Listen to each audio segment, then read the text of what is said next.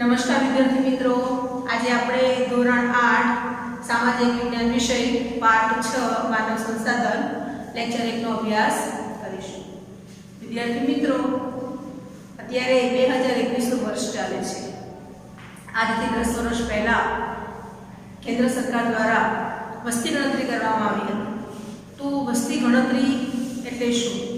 તો તમે ક્યાંક સાંભળ્યું હશે વસ્તી ગણતરી વિશે કે વસ્તી ગણતરી तो भारतनी कुल वस्ती केटली छे ते माहिती मेळववामां आवे छे। आ माहिती आपणे दर 10 वर्षे मेळवीए छीए। तेमां अलग अलग प्रकारनी माहितीओ मेळववामां आवे छे। वस्ती गणतरी करवाथी आपणे अनेक लाभ थाय छे, जेम के भारतनी कुल वस्तीमांथी केटला स्त्रीओ छे, केटली स्त्रीओ छे, केटला पुरुषो छे ते माहिती मळे छे। पुख्त वयनी व्यक्तिओ, वरिष्ठ नागरिको, बाळको एनी संख्या मळे छे। साक्षर व्यक्तिओ केटली, निरक्षर व्यक्तिओ केटली, एक आर्थिक दृष्टिए पण माहिती मळे छे के गरीबी रेखा हेठळ जीवता व्यक्तिओ केटला, पैसादार व्यक्तिओ केटला ए पण माहिती मळे छे।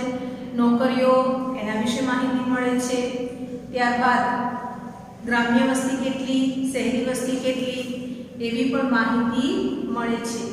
आपणे भारतना 29 राज्यों पैकी पण माहिती मळे छे के कया राज्यमां केटली वस्ती छे, कया राज्यमां वधारे वस्ती छे, कया राज्यमां ओછી वस्ती छे।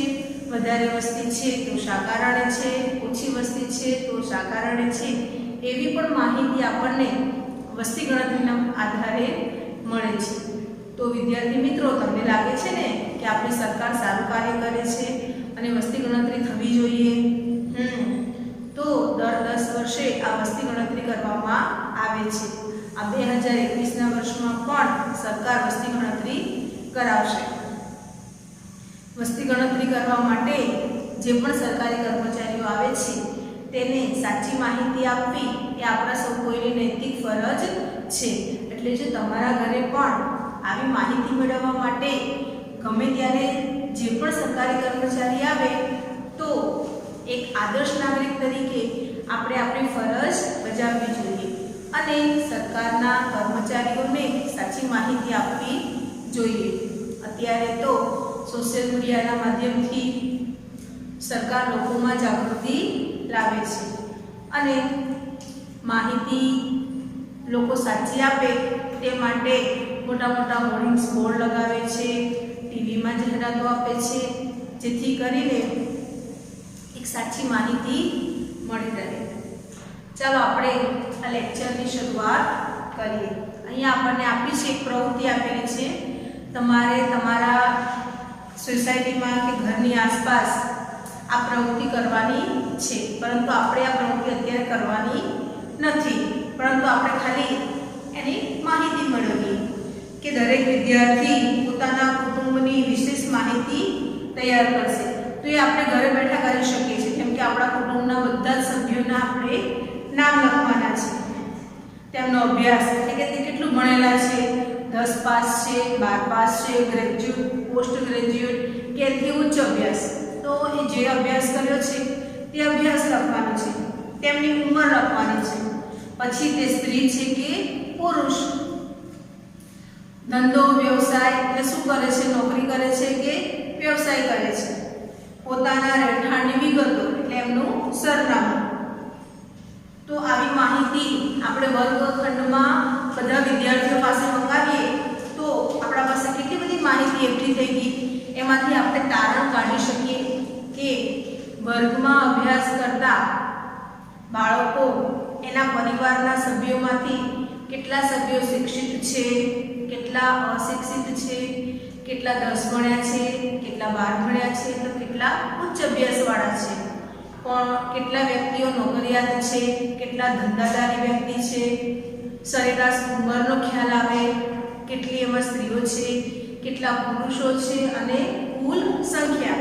તો આવી એક માહિતી આપણા પાસે એકઠી થઈ જાય। સમગ્ર વર્ગખંડનું એકત્રીકરણ કરી તેને વિવિધ જૂથમાં વર્ગીકૃત કરી માહિતી તૈયાર કરવી। તો અહીંયા આપણને નમૂનો પણ આપ્યો છે, મેં જેમ કહ્યું તેમ કે HSC એટલે ધોરણ 12 પાસ, ગ્રેજ્યુએટ એટલે પોસ્ટ ગ્રેજ્યુએટ વગેરે. આપણે આખા વર્ગખંડની વિદ્યાર્થી દીઠ કુટુંબની માહિતી મેળવી તેમ સમગ્ર દેશની પણ આવી માનવ વસ્તી સંબંધિત માહિતી નિયત સમયાંતરે મેળવવામાં આવે છે. એને આપણે શું કહીએ છીએ? વસ્તી ગણતરી કહીએ છીએ. તો ચાલો આપણે વસ્તી ગણતરી વિશે અભ્યાસ કરીએ.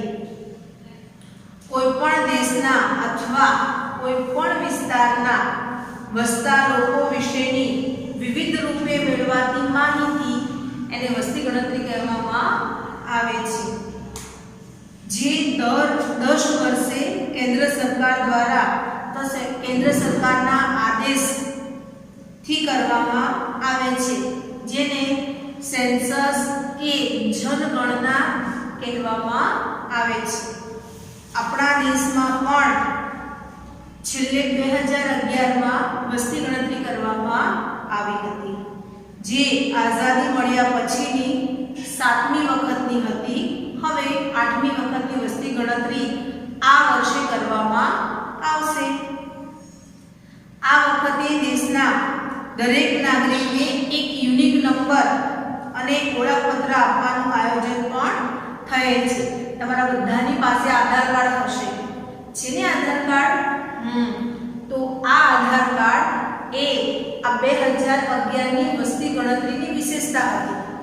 સરકારે બધાને એક યુનિક નંબર આપ્યો છે, જે 12 આંકડાનો છે, જેને unique identification authority of India તરીકે ઓળખવામાં આવે છે, જેને આપણે શોર્ટ ફોર્મમાં આધાર કાર્ડ એમ કહીએ છીએ.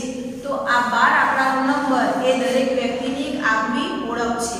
તમને પણ ખબર હશે કે આપણે ક્યાંય પણ જઈએ છીએ તો ઓળખપત્ર બતાવવું જરૂરી છે. આ ઓળખપત્રમાં આધાર કાર્ડનો સમાવેશ થાય છે. હવે તો સરકાર કોઈ પણ યોજના કે કોઈ પણ કાર્ય હોય ત્યાં આધાર કાર્ડ પહેલા માંગે છે. તો આપણું આધાર કાર્ડ નાખે આપણી તમામ માહિતી એમાંથી મળે છે. તો 2011ની વસ્તી ગણતરીની આ એક ખાસ વિશેષતા હતી. જે 2011ની વસ્તી ગણતરીની વિશેષતા છે, સુસંસ્કૃત ભારતીય નાગરિક તરીકે પોતાના કુટુંબની સાચી માહિતી આપી સહકાર આપવો એ આપણી ફરજ છે. માનવ વસ્તી એ દેશનું માનવ ધન છે.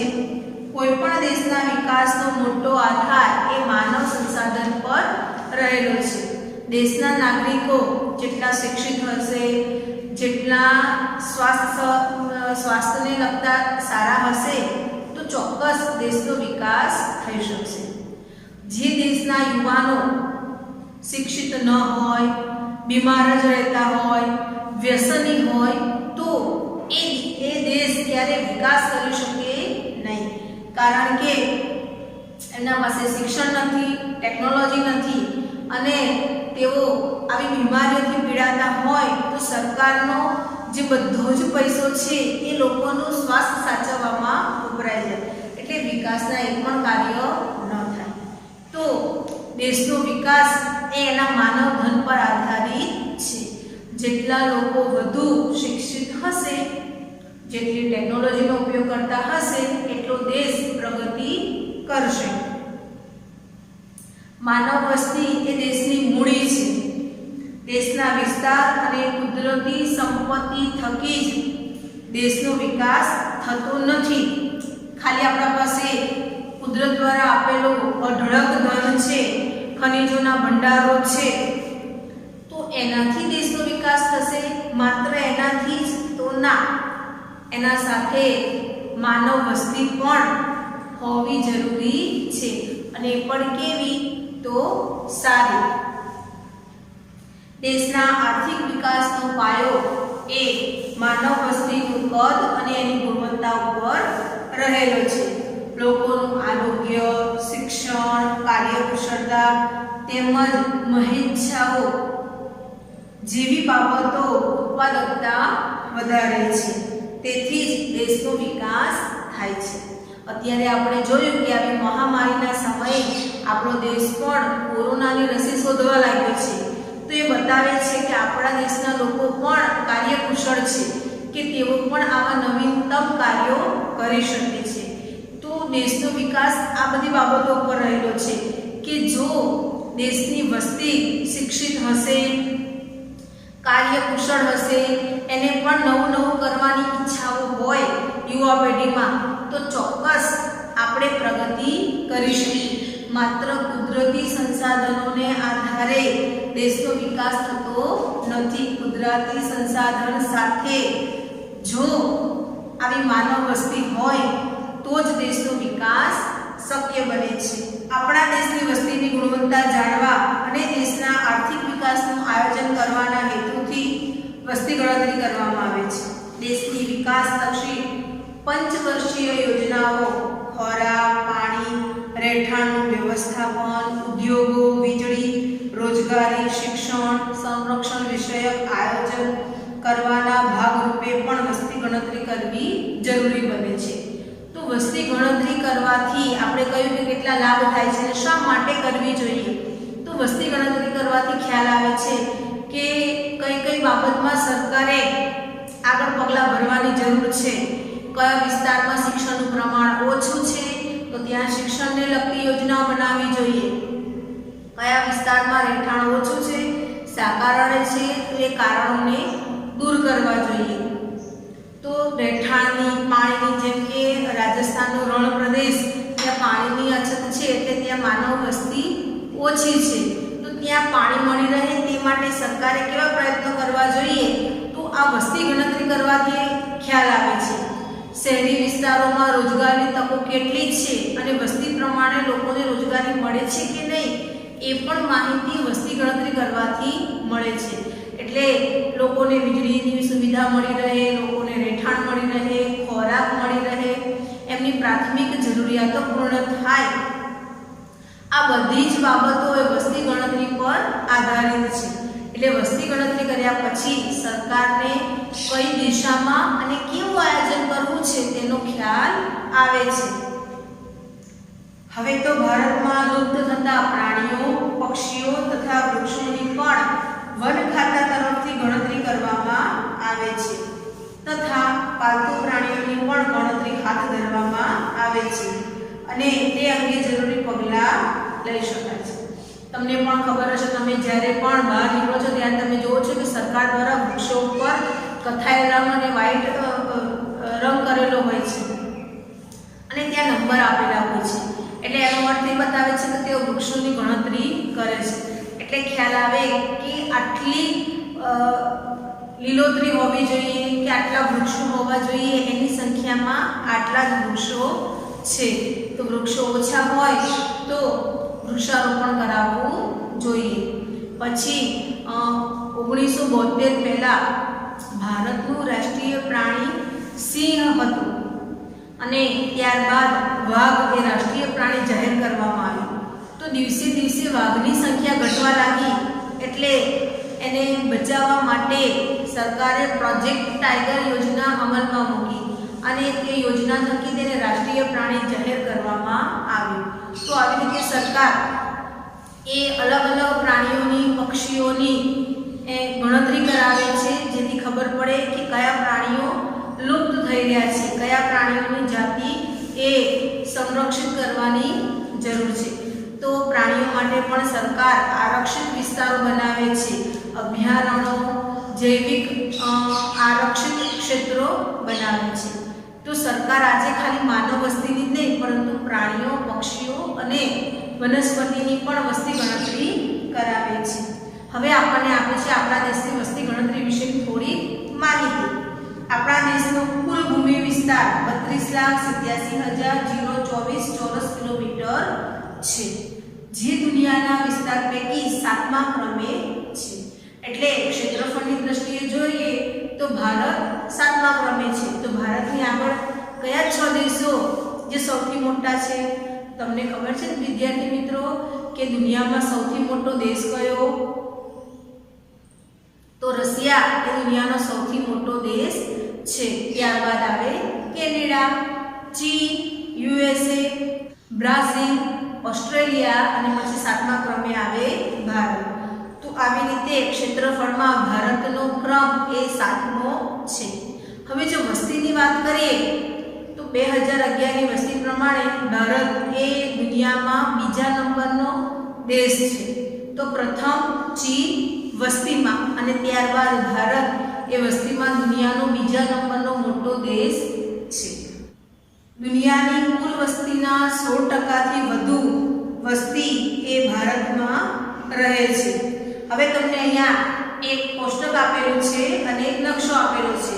નકશામાં તમે જોઈ શકો છો કે અલગ અલગ રાજ્યની વસ્તી આપેલી છે. હવે તો આમાં ઘણો સુધારો પણ થઈ ગયો, એટલે આ કોષ્ટક અત્યારે આપણે લખતા નથી, પરંતુ એની બાજુમાં જે કોષ્ટક આપ્યું છે, નકશા સિવાય કોષ્ટક એક આપેલું છે, એ કોષ્ટક તમારે ભરવાનું છે.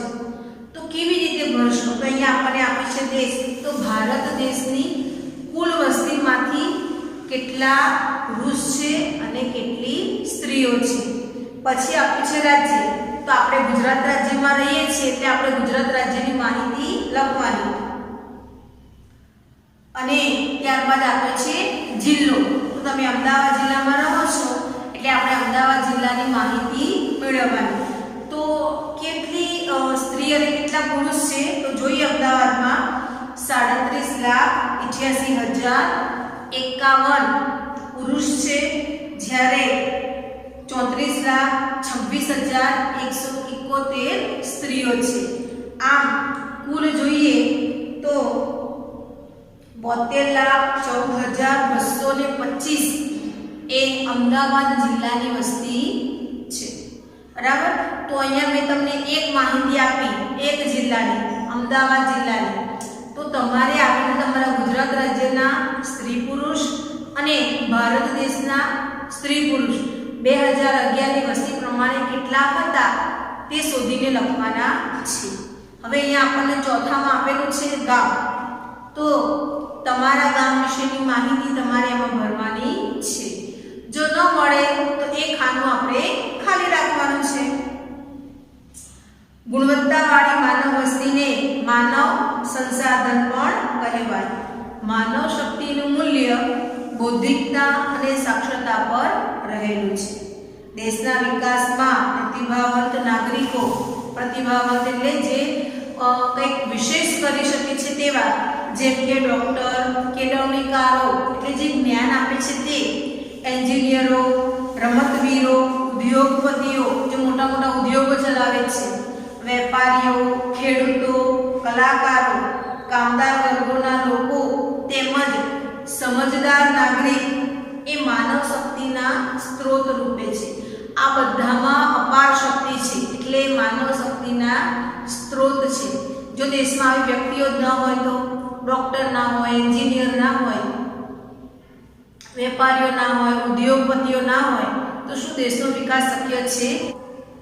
એટલે આ બધા એ દેશના વિકાસ માટે જરૂરી છે. આપણું યુવાધન અને બાળકો એ આપણી માનવ સંપત્તિ છે. હવે જોઈએ વસ્તી વૃદ્ધિ દર. 2001 થી 2011ના દાયકા દરમિયાન, દાયકો એટલે 10 વર્ષનો સમયગાળો, ભારતીય વસ્તીમાં 18.1 કરોડ જેટલી જનસંખ્યાનો વધારો થયો. છતાં પણ વસ્તી વધારાથી ગતિ ધીમી પડેલી આપણને જોવા મળે છે. એટલે વસ્તી વધારો એ બહુ ચિંતાનો વિષય છે. એટલે અહીંયા વસ્તી વધારાનો જે દર છે તે ધીમો જોવા મળ્યો છે, એટલે ચોક્કસ એ સારી બાબત છે. ઉપરાંત શિક્ષિત નાગરિકોની સંખ્યામાં વધારો થયો છે, એટલે શિક્ષિત લોકો વધ્યા છે. 2011માં ભારતીય વસ્તી 102.87 કરોડ હતી અને 11ની વસ્તી પ્રમાણે 121.01 કરોડ જેટલી થઈ છે. કેન્દ્ર સરકાર વસ્તી વધારા બાબતે ચિંતિત છે. હાલ વર્તમાન સમયની વાત કરીએ, તમે કેટલી વખત આપણા પ્રધાનમંત્રીના મોઢે સાંભળ્યું છે કે ભારતની 130 કરોડ વસ્તી, એટલે 121 માંથી હાલ કેટલી વસ્તી છે? 130 કરોડ વસ્તી છે. હવે ચોક્કસ આંકડો આપણને ક્યારે મળશે? વસ્તી ગણતરી બાદ. વસ્તી ઓછી કરવા માટે સરકાર કેટલીક યોજનાઓ બનાવે છે. પરિણામે 1.7% જેટલો વસ્તી વૃદ્ધિ દર નીચો ગયો છે. હવે જોઈએ કે વસ્તી વધવાના કારણો શું, કેમ વસ્તી વધે છે. તો એક પ્રાચીન સમયની અથવા તો જ્યારે ટેકનોલોજી ઓછી હતી એની જો વાત કરીએ તો પહેલા બાળકોનો જન્મ ઘરે થતો.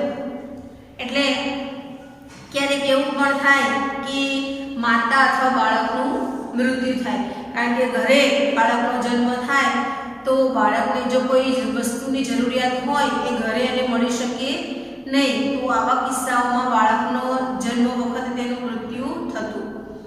અત્યારે તમે જો આપણા પાસે ઝડપી વાહનો છે, ફોન કરીએ એટલે 108 ઘરે આવીને આપણને હોસ્પિટલ પહોંચાડે છે. એટલે હાર્ટ અટેક પણ આવ્યું હોય તો પણ ઇમરજન્સી સારવાર આપણને મળી જાય છે. એટલે મરતા વ્યક્તિને પણ આપણે બચાવી લઈએ છીએ. તો આજે મૃત્યુ દર ઓછો થયો છે અને જન્મ દર પણ વધ્યો છે, કારણ કે અત્યારે તો સરકાર માતાઓ માટે કેટલી બધી યોજનાઓ બહાર પાડે છે કે ગર્ભવતી માટે અલગ અલગ પ્રકારની દવાઓ, એને સમયાંતરે એનું ચેકઅપ થાય, એને ઇન્જેક્શન આપવામાં આવે એટલે બાળક કુપોષિત ન રહી જાય. જન્મ વખતે પણ એને ખિલખિલાટ બસ દવાખાને લઈ જાય, ઘરે મૂકી જાય. તો આવી કેટલી બધી યોજનાઓ છે સરકારની કે બાળકનો જન્મ થાય ત્યારે તે ખેમખેમ રહે, એટલે જન્મ દર ઊંચો આવે છે. અને આટલી બધી સગવડોને કારણે ટેકનોલોજી જીવલેણ રોગો સામે લડવા માટે આટલી બધી આપણે દવાઓ શોધી છે. આ બધા કારણોસર આજે મૃત્યુ દર કેવો ગયો છે, નીચે ગયો છે. એટલે વસ્તી વધી છે. શિક્ષણના કારણે પણ લોકો 1 અથવા 2 જ બાળકો રાખે છે, એના કારણે પણ વસ્તી ઘટી છે. એટલે વસ્તી વૃદ્ધિનો જે દર છે તે ઓછો થયો છે. શિક્ષિત વ્યક્તિઓથી ઘણો ફેર પડે છે.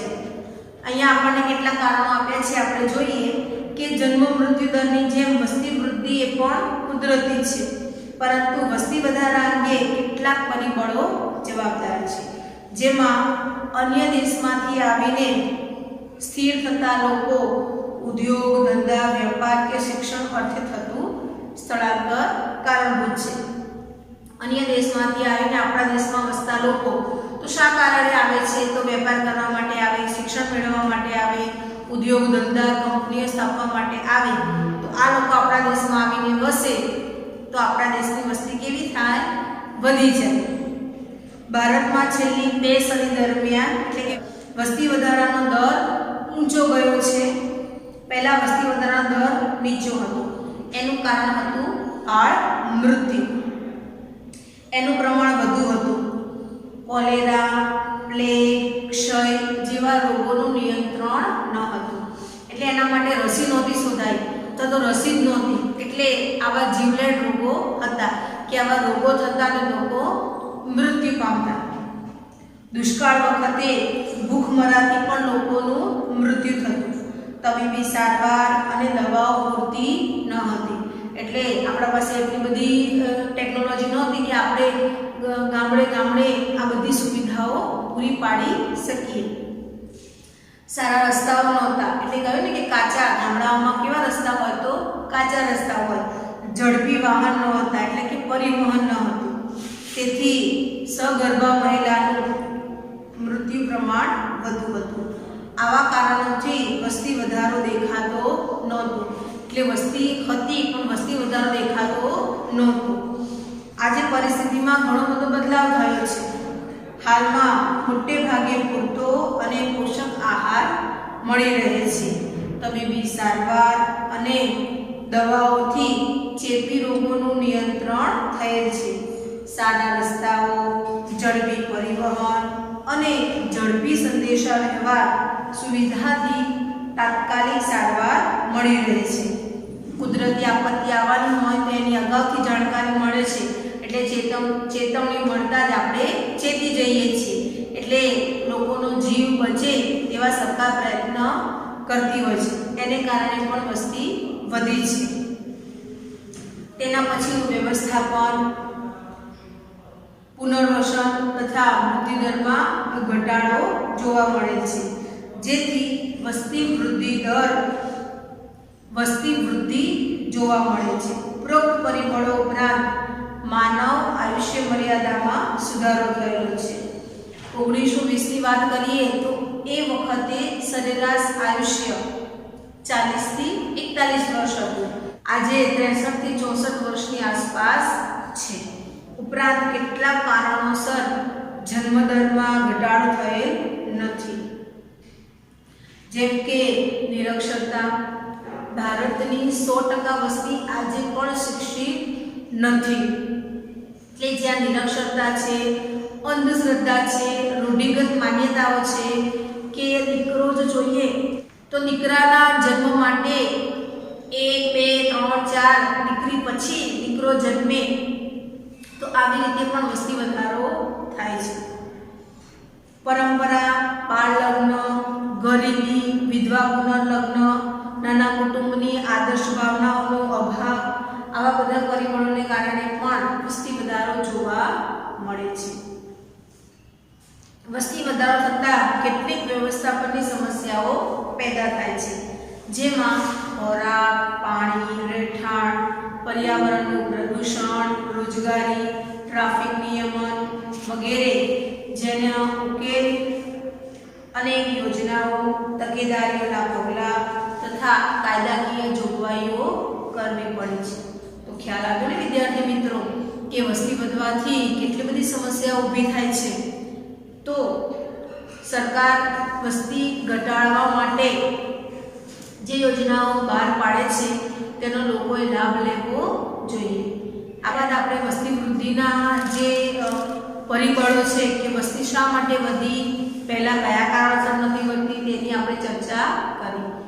તો હું તમને જે પણ કંઈ નોંધ મોકલું છું તે તમારે ખૂબ સારા અક્ષર લખવાની રહેશે। અહીંયા આપણો લેક્ચર પૂર્ણ થયો। અસ્તુ।